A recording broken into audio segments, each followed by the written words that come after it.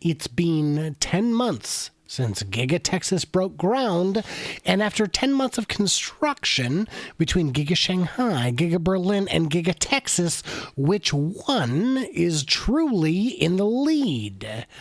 I'm Brian. Welcome to My Tesla Weekend.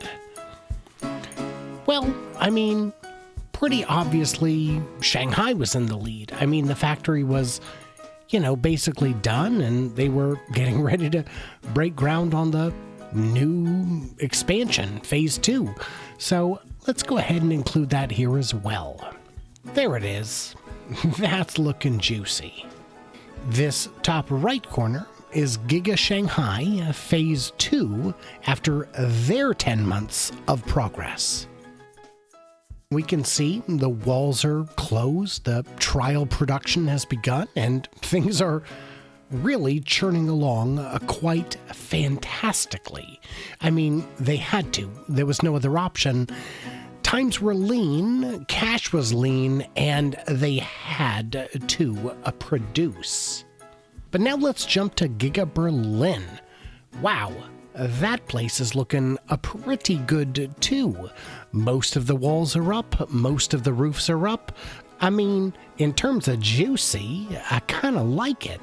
You would think a place like this would be 4 or 5 months from at least trial production, but you'd be mistaken, because here we are, and, time has passed, and they're not there yet.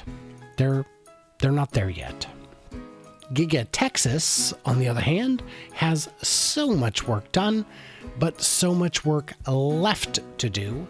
But they're already producing, some castings. They've already put their robots in on the first floor. There's a lot of work to go, but there's a lot of work already done. So my question for you guys is, forget Shanghai, discount it entirely. Which, between Berlin and Texas, is ahead at this point? Now, neither of them has produced a car, but both of them are looking pretty juicy, so maybe they're about to. I don't know. And if we discount the lost time, there was a lot of downtime with the Rona and there was a bat/wildlife shutdown in Berlin. Let's discount that as well. Who is going to produce the first car? Is it going to be Giga Berlin or Giga Texas?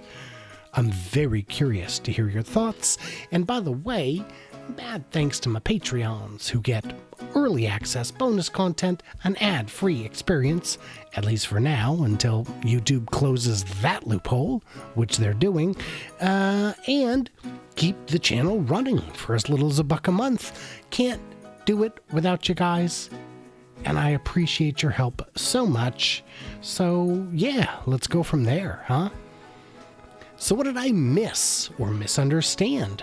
Leave me an earful in the comments, and stay tuned, stay juicy, and I cannot wait to hear from you clever robots all upon the flippity, the floppity, or, maybe on the road trip when I go around the Southwest.